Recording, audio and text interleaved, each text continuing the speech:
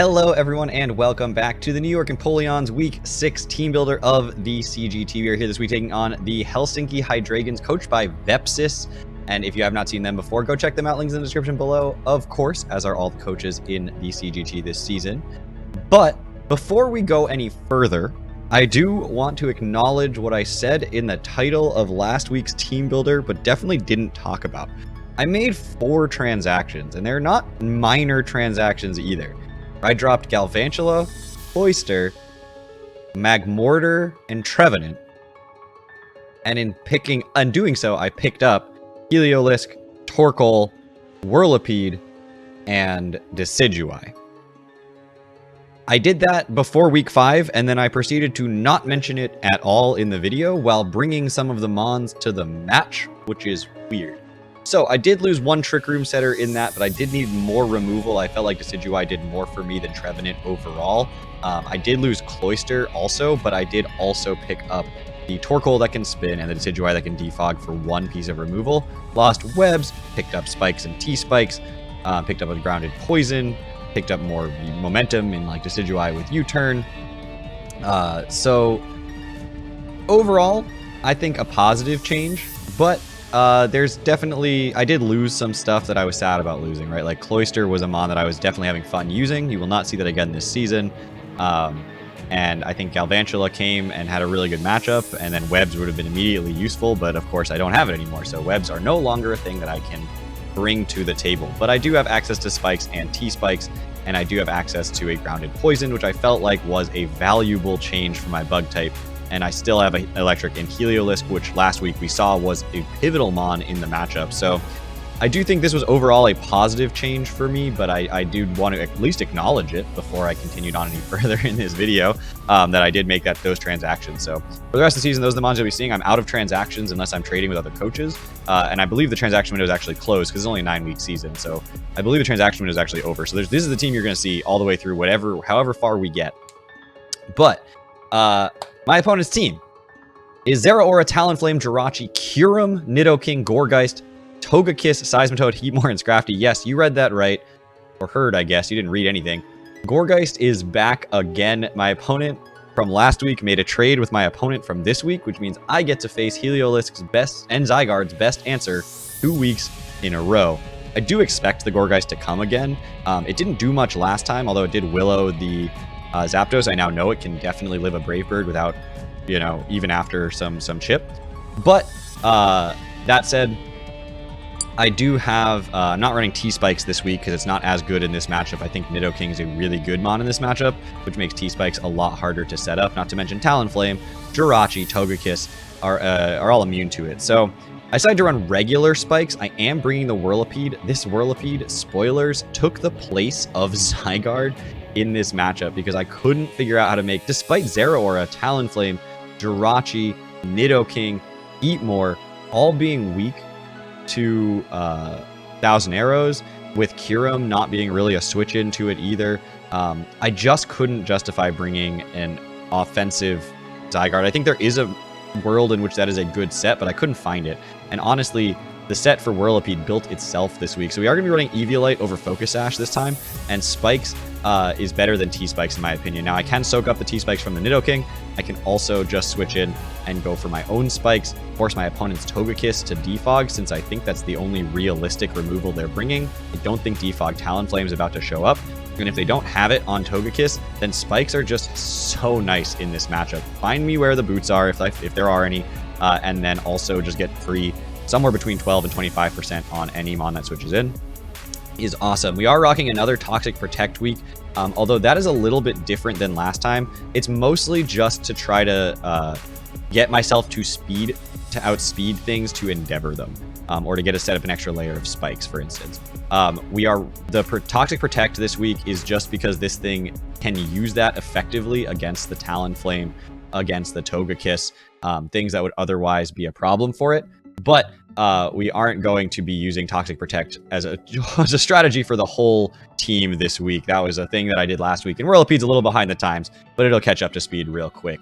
Next up, we have Zapdos. This week, Zapdos is going to be rocking out with a Choice Scarf, and it is going to be U-Turn, Close Combat, Brave Bird, and Stomping Tantrum. I need to outspeed the Zeraora and the Talonflame, period, end of report. Need to make sure I'm outspeeding +1, D-Dance, Kyurem. There it is. There's my answer. If it gets to +2, I'm in trouble. But U-Turn is super spammable this week, as it always is. I can find where your Rocky Helmet is, find what your check is to this. Probably something like the Seismitoad, but you really don't have a great answer to it. Stomping Tantrum, I think, is really good coverage for things like Nidoking and Jirachi this week that are otherwise nuisances for me.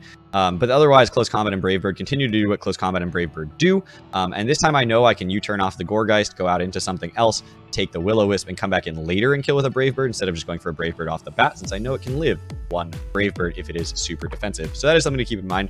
But I do think that this is a very, very good set for me this week and will help me in breaking down my opponent's roster throughout the mid game. I don't think it's going to sweep. I do think it's a breaker, but I think it's a really, really solid breaker. Next up is Torkoal, aptly named Sun, who is a character in Fire Emblem. Fun fact, looked that one up. Was pleased with it, so I decided to go with it. We are going to go with Solar Beam, Lava Plume, Rapid Spin, Stealth Rock. Really wanted Earth Power, couldn't find a place for it. Definitely Solar Beam was more helpful for things like the Seismitoad that can just wall this thing if I am Lava Plume, Earth Power, Rapid Spin, Stealth Rock. Rocks are really nice this week. I really do like them. I'm also just always... I don't think I'm ever going to get over this, so I'm going to say it now so that y'all just understand. The photorealism of the smoke within Torkoal's smoke stresses me out so much. Like, it looks like smoke.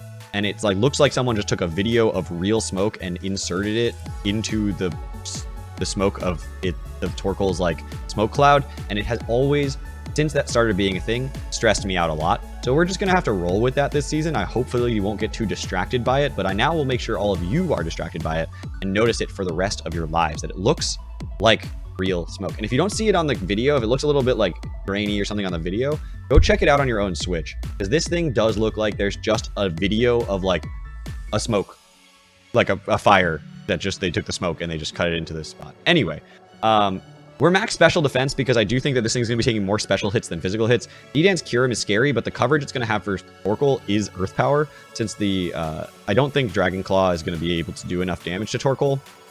And then we have Lava Plume to get rid of its physical attack anyway, potentially. Stealth Rock will really help me again, similar to Spikes. And I did want a Rapid Spinner this week. We are rocking out Boots because I do think the Nidoking might be T-Spikes, might be Stealth Rock, stuff like that. Seismitoad might set up rocks. But Solar Beam really helps me just eliminate that Seismitoad in a pinch, and I do like that. It gives me that option. I wanted the Earth Power, though, because I'm worried about Heatmore a little bit, because it can come in, Flash Fire, Lava Plume, and then is now walling me. But Heatmore's not doing a ton to me in return and isn't as threatening because it allows me to set up Stealth Rock, which is nice. And then I can just switch out from there. So hopefully that's going to work out for me in the long run.